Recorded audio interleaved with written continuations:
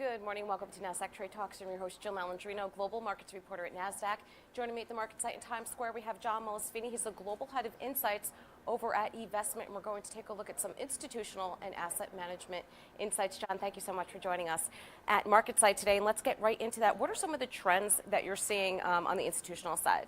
Yeah, thank you for having me. I think first and foremost, what we're seeing from institutional asset managers, the easy answer is change.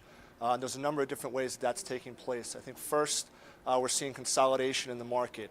M&A activity, lift-outs is accelerating, whether there any strategic consultant out there, whether it's Boston Consulting Group, McKinsey, Deloitte, are all addressing that and talking about M&A and lift-outs and the accelerating pace of that, so we expect that to continue, and that can be an opportunity or a challenge for asset managers.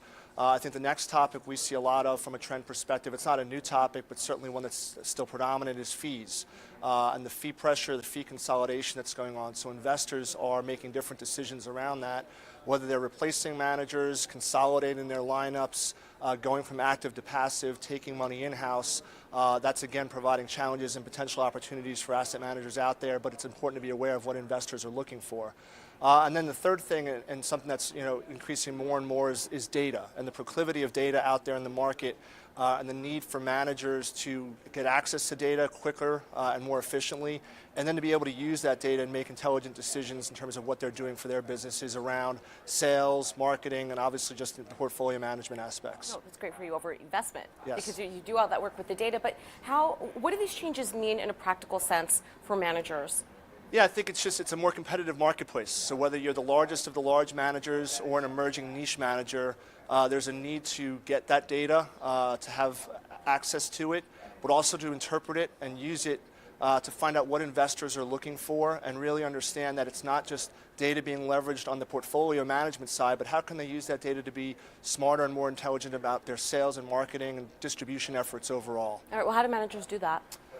Today, it really comes down to trying to get access to information that they can use and have people that can interpret the data and use the data, so it's not just kind of spitting out basic reports, but it's really coming up with the right questions and answers and insights to the data. Again, understanding what the opportunities are for them to win money and grow, or potentially to retain the clients that they have. And so using that data to make more informed decisions, kind of taking it not just in the portfolio management aspect, but again, back into that distribution side of the house, and the effective managers are doing that more and more. So what else you're seeing, particularly with the best managers? Yeah, I mean, the best managers are really putting in a structured process in place that's repeatable and scalable.